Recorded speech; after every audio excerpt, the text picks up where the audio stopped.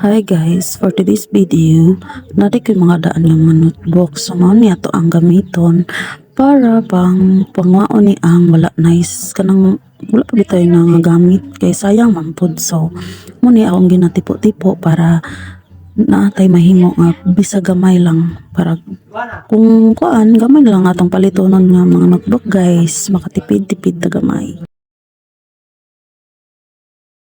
So, katong mga estudyante diha nga di pa kaayo dili pa makapalit dayon basi na may mga sobra-sobra, so ninanion lang ninyo para napon magamit inig sulod sa eskwela, dili dayon makapura-pura og palit para dili pod mabugatan ang inyong ginikanan.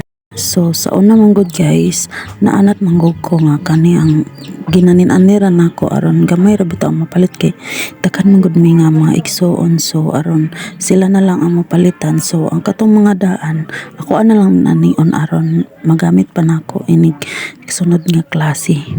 So gamay na lang paliton sa ako ang mama guys. So naandan ako karon mo ni nga maori gyapon ang ginan-anira gyapon ako hangtod karon para makatipid-tipid pud gamay. Kay hapit na biya ang tinglasi guys, so magkalingaw sa taani para nice kisya tan-awon guys. Inighuman ani ako ani siyang kabiran, then pagkahuman tahi ni guys og balik aron mura gid siya og kanang bag-o bitaw. Nice kaayo, makalingaw mo pod siya, makatabang pagyud ni siya guys. Muna atong nahimo 5 ka buok siya. Salamat, thank you for watching.